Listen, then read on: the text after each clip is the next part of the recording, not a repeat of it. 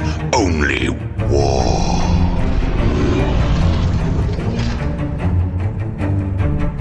What is up, gents? 40k Dirtbags here. We're doing the Atlantic City tour. We just won for Death Guard about a week ago, so we had a lot of time to kind of plan out and see what kind of videos we're going to be making. We're going to be doing a picture-by-picture, turn-by-turn for each game coming up in the series.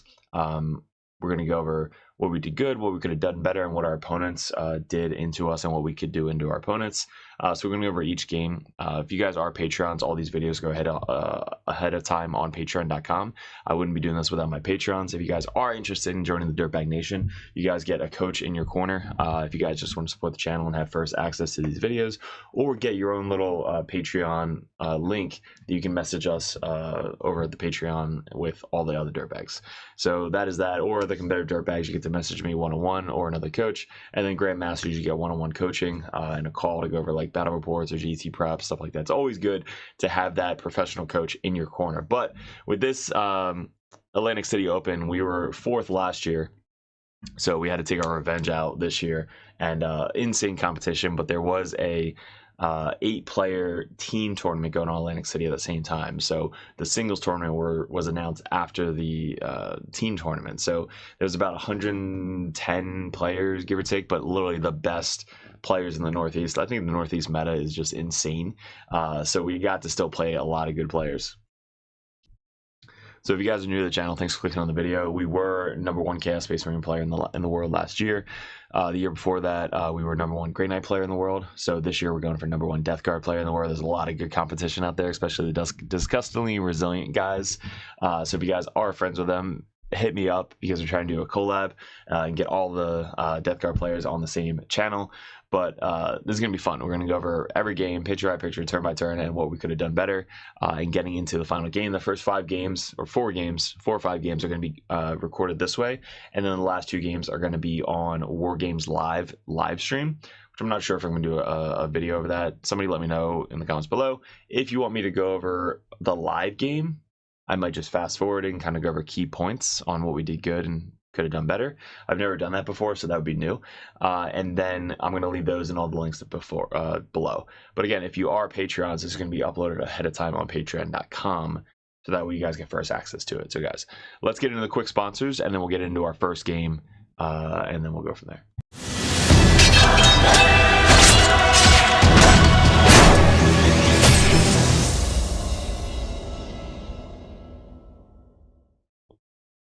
Alright guys, if you want to support the channel, head over to the merch store. The description below has the link.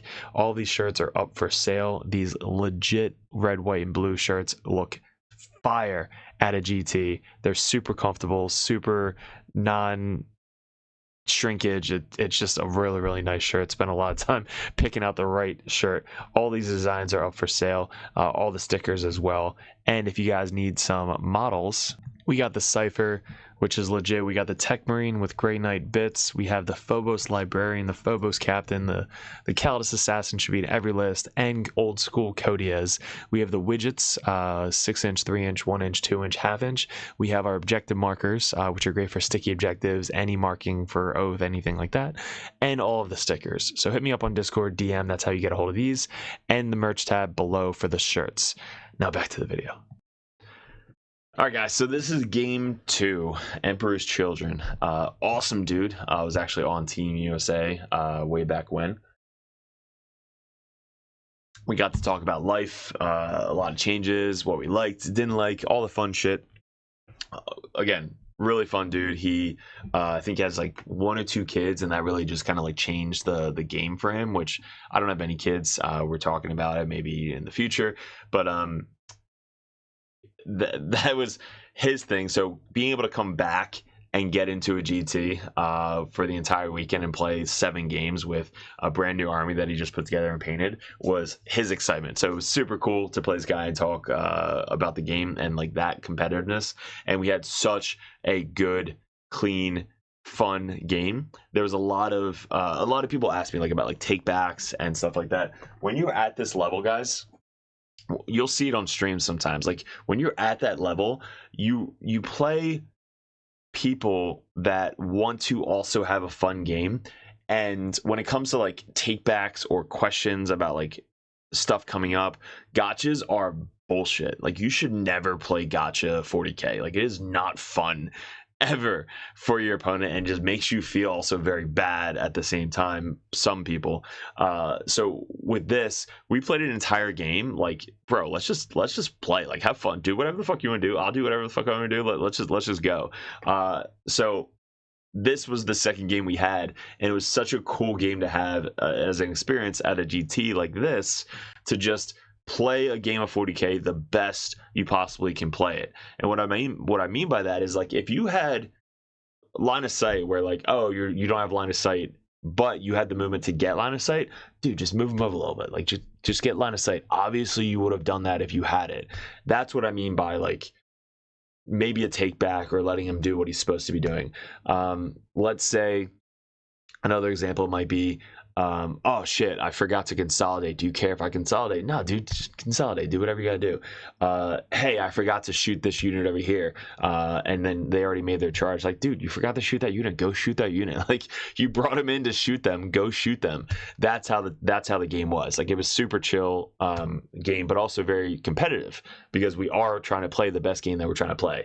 So that was this game. It was really cool. And we played a bunch of Emperor's Children before, so we kind of knew what to look out for. This was after the nerfs, so this is after the points increases. So he's got 2 Demon Princes. One of them doesn't have the Resurrection, was I was curious about. I forget what his enhancements were, but I think one of them flips the die to a 6, I believe. And I forget what the other one have. Maybe the leadership one, where if he shoots you, you have to do leadership. Or he had what's his name?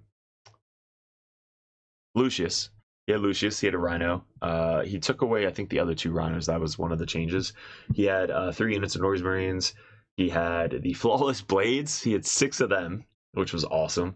And then it's all the normal. It's the main Emperor's Children detachment, the one where if they kill stuff, they get points. Sorry, I forget what it's called. Cabal, something. You guys know. And then he had the characters with the dudes that get full rerolls to wound when you're on an objective, just like Legionnaires. He had the sticky guys, the infiltrate guys, like I said, the Flawless Blaze guys, and Noise Marine. So that was his list. It was kind of the basic Emperor's Children list, but with the new points increase. And for game 2, we were playing Hidden Supplies, which is the 4 objective in the middle, which is just insane. The change, I like that they added this to the GT. I like having more objectives, which is cool. They got rid of the ritual, so that's no longer in the GT packet, and then they gained this one, which used to be a secondary mission for last GT. We were looking up rules, we were looking up facts and stuff during this game. Like, you can see we had the rule book out there. Like, it was cool. We were playing a game and asking questions, because it's good to both know what the hell's going on.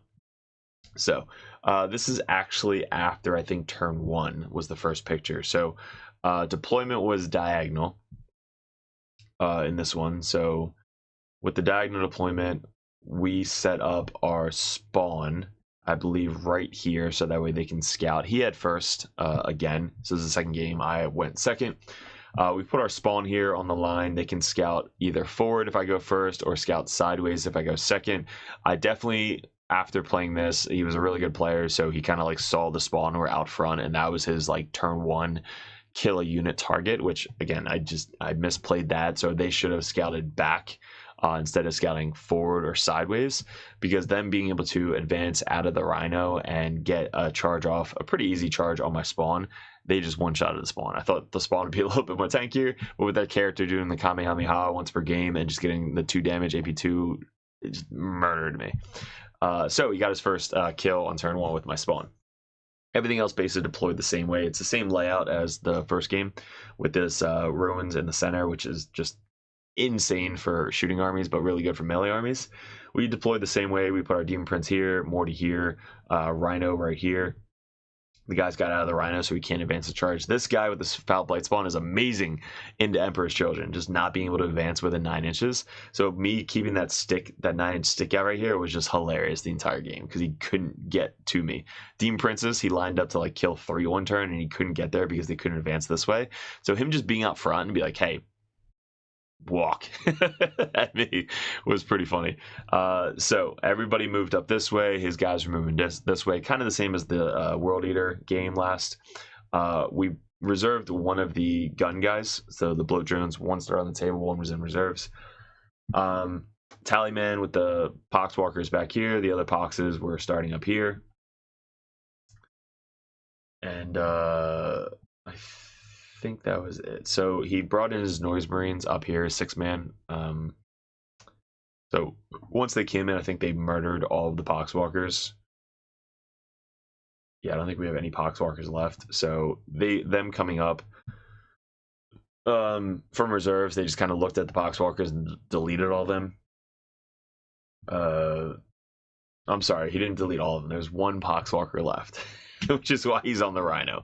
So if you guys check, rhinos can bring infantry. It doesn't say anything about poxwalkers, so that's something new. So if you do have like a 10-man poxwalker, you want to throw them in a rhino, you can do that. If you have 1 or 3 left, throw them in the rhino so they don't die. That is cool. So you can put a poxwalker in a rhino because it just says infantry. So that's why he's there. Dean Prince is still there. We lined up everything to shoot the noise marines, and we had I think it was no prisoners and bring it down. So couldn't get any line of sights on the rhinos or anything. I think we got 1 shot from this guy onto the rhino and left it on 3 wounds, I believe. And then we only killed this unit down here because the rhino was here. These guys got out of the rhino and then they charged this unit that killed my spawn. And when they charged, I left the character on 4 wounds left. So I killed 1 unit down there. I wanted to kill this noise marine unit, but 1 guy lived with like 1 or 2 wounds. It was shit. So I only killed 1 no prisoners on turn 1 and didn't get bring it down, which we ended up ditching. So he did kill my 1 guy, or got his 1 point on turn 1, so that gives him like a buff going into turn 2. And then his turn 2, he starts moving up everything. And what do we have? Our Death Shroud down there. He's got a unit of guys that make it sticky down here. He's got the Flawless Blades here. He put Lucius with the Flawless Blades, which he loses, I think, fight first. So losing fight first with Lucius is kind of huge. But he does buff up the unit pretty well. And I forgot that he lost it, because if I knew that, I might have tried to commit a little bit more to come down my Death Shroud and charge the Flawless Blades, just to try and one-shot the Flawless Blades instead of going after these guys. But we're trying to play more of a objective type game, because if you can stop his primary and you also hold primary, which we're trying to hold, I think it's only No Man's Land. Yeah, I think it's, or it might be hold more. I forget if this one you get points for holding your home field, because turn 1, 2, we hold 3, he holds these 2. It might just be No Man's Land. So you get 5 if you hold 1, you get 10 if you hold 2, and if you hold more, you get 15. So you have to hold 3 out of 4 in No Man's Land to get 15. But we looked it up. If you hold more objectives than your opponent. So if you happen to take him off his home field, you can then hold more objectives than your opponent. So you kind of do need your home field objective. So that was kind of cool reading that towards, like, I think we were reading it over here, reading that on turn like 2 or 3. But I told him at the top of turn 3, I think we found out.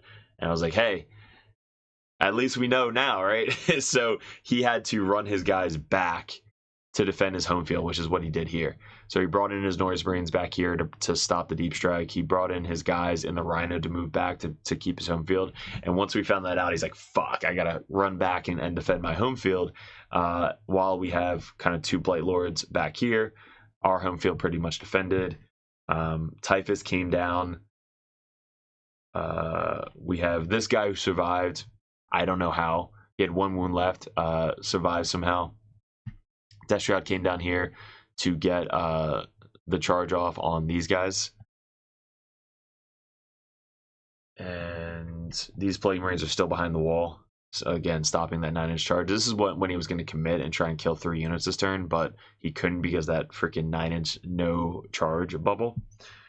This Noise Marine 6-man Noise Marine unit came in over here. He didn't have anything to really shoot, so he just put everything to Morty. I spent 1 CP because I get a free CP strat from the Demon Prince. Spent 1 CP, -1 damage. He did no damage to Morty. And then he wound up being Battle Shock on his turn, because I think we shot that 6-man back, and again we didn't kill all 6 of them, which kind of sucks. This guy lined up to shoot that way. This guy lined up to shoot, I think, this way. Oh no, there was guys this way. So there was the character here. So we lined up this way to finish off that one character. He fell back, leaving the character alone. So we lined up this guy to shoot the character, and then this guy shoot up that way to the 6-man Noise Marine unit. But Morty's loving it. Morty has no fear of guns this game because both Noise Marine units are dead. This Noise Marine unit only shoots 18 inches, so it's really just melee threat right now. And with the reactive move with Morty, it's almost impossible to kill Morty at this point. So we're pretty confident with Morty. We still have the Demon Prince alive. We have a unit of Plague Marines with the character Rhino, Typhus, 2 Blight Launchers, and these boxes back here, plus our Death Shroud. So Death Shroud came down over here. The other Death Shroud, I think, came down right next to him. So we rapided the second one. So this is where he committed onto the Death Shroud. This is what I went over at the end of the game with him. We had our 3 objectives in the top. We had 1, 2, 3. Why did I bring my Death Shroud in the bottom? I don't know. I brought him down to try and steal the primary, which we stole the primary, but then he commits everything to go kill the Death Shroud. I then rapided ingress to try and defend that, which I didn't need to. I should have kept them in reserves, or rapided up this way to try and stop his home field objective, or rapided in the center and just wait for him to come in the center, because again, at this point we're moving now down towards him, which all of his guys are on this bottom objective here, clearing off my Lord of Contagion. So Lord of Contagion, come down, charge, kill the guys off the objective. He did his job. He's now there taking up everything from the opponent. The second Death Shroud unit rapided because I couldn't get a good charge off on that turn to come in and do something. So he should have rapided up here, right, on the objective, and just waited a turn, so that way on my turn I could just move up, charge, clear off this objective, and now we're basically have all 3 objectives in the center. So, or again, try and steal his home field objective. So that was my mistake, and we talked about it at the end, where I just kept committing guys to die, which I didn't really need to do. Like, I should have just played more strategic and just waited, because we had the primary game at that point. We were getting 10s every turn. He was getting a 10 and then 5, 5, 5. So he kept stopping his one primary. But we should have then committed to kill this third objective instead of keep trying to go into everything down here. He's got 2 princes, Lucius, full blades, and then the 1 guys that get full rerolls to hit on the objective. This one leader is still alive over here. Typhus is down here trying to run and kill his leader. Demon Prince is moving up. Still has the character here with 5 guys, and then these 5 guys I believe don't have a character. Rhino's moving up here in case he has to do any actions running into the backfield. Rhinos are great for secondaries. I still love them. And then this must have been significant. 3, 1, 1, 1. What the hell was that? Maybe a wound for the Lord of Contagion. Yeah, because I have a Lord of Contagion with 1 Death Shroud left. The other Lord of Contagion got back up and then moved up this way. What else do we have? Like, what was a 3, 1, 1, 1? I took a picture for some reason. Must have been a terrible fucking roll. Something happened. Maybe wounds from the Blight Launcher going into something? I don't know.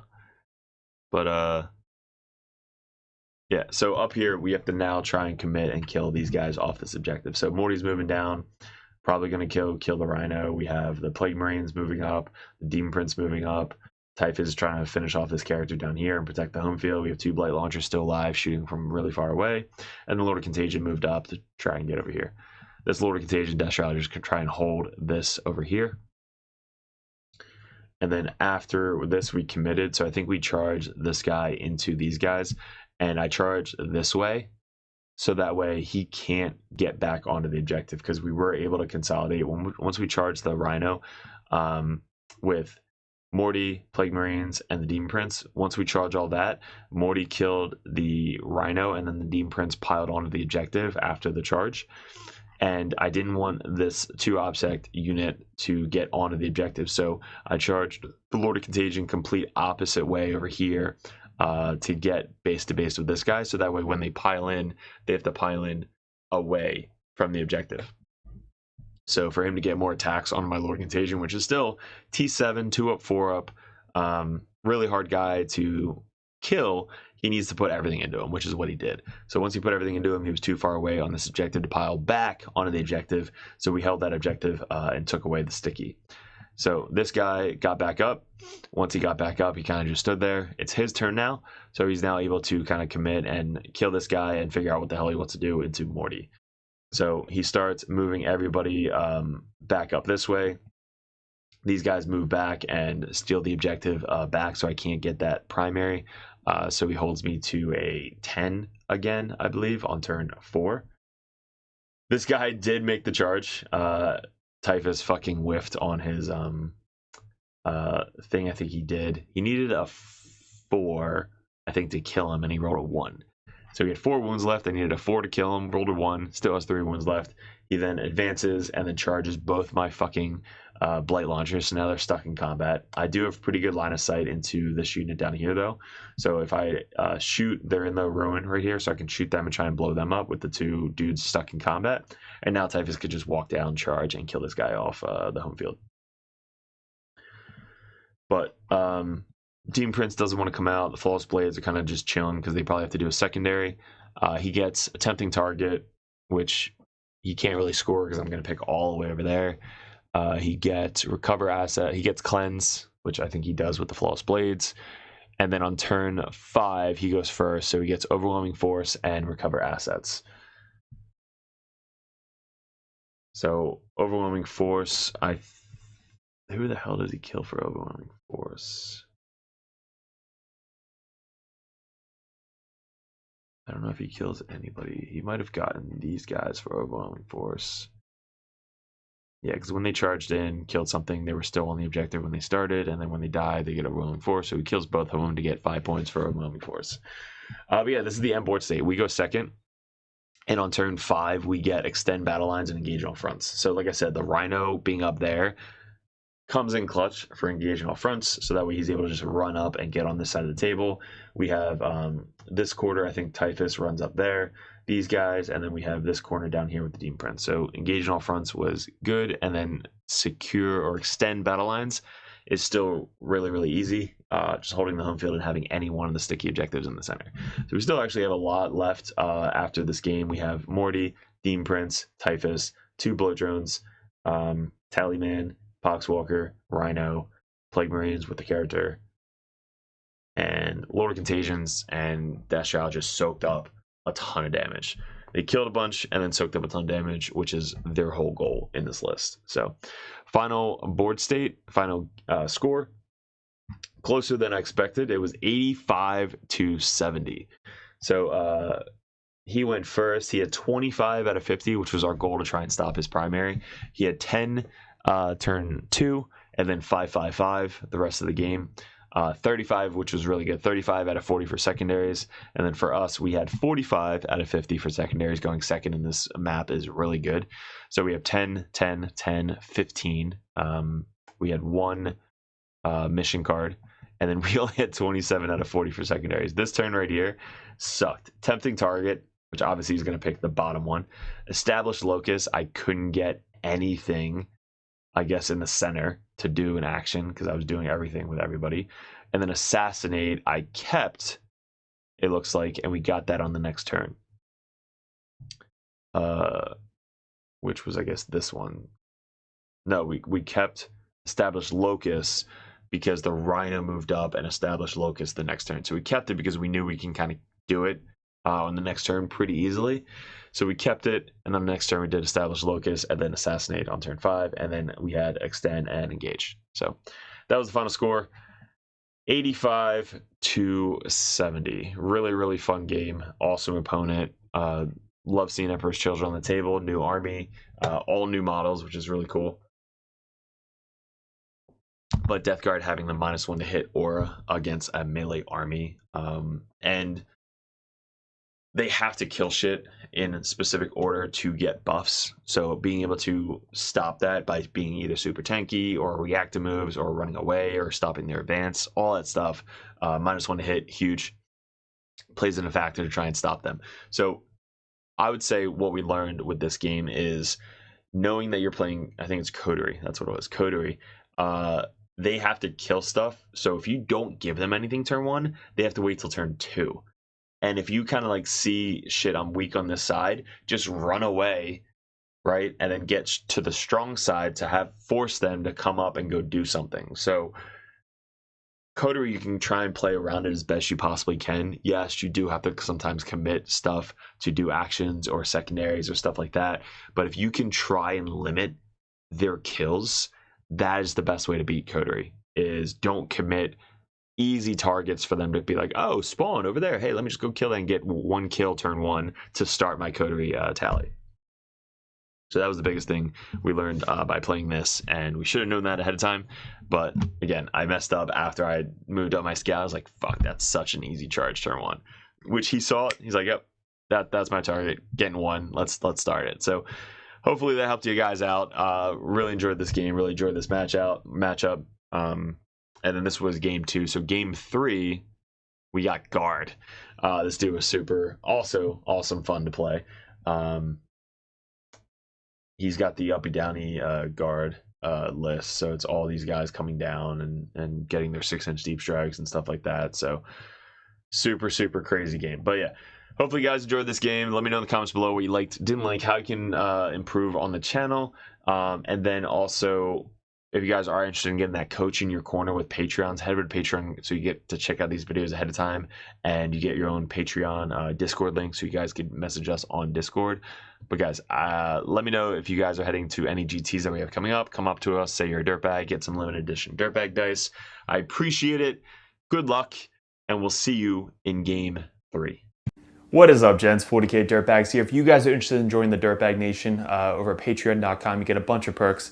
What we did in 2024 was we really expanded. I had traveled a ton and I played my ass off in 40k. Right now we're ranked #1 best player in the United States on ITC rankings. We were the #1 Chaos Space Marine player in the world this year in 2024. 2 years ago, we got ranked #1 Grey Knight player in the world, and this year we're probably going to go into Death Guard, hopefully when the new Codex comes out, or Emperor's Children. But you guys, if you guys want that head coach or that coach always in your corner just to ask questions, bounce ideas off, that's what the competitive Dirtbag and the Dirtbag Nation is all about. If you guys want to support the channel, you head over to patreon.com. You can join the Just a Car tab, which is $5 a month. You guys get access to the Discord Patreon tab.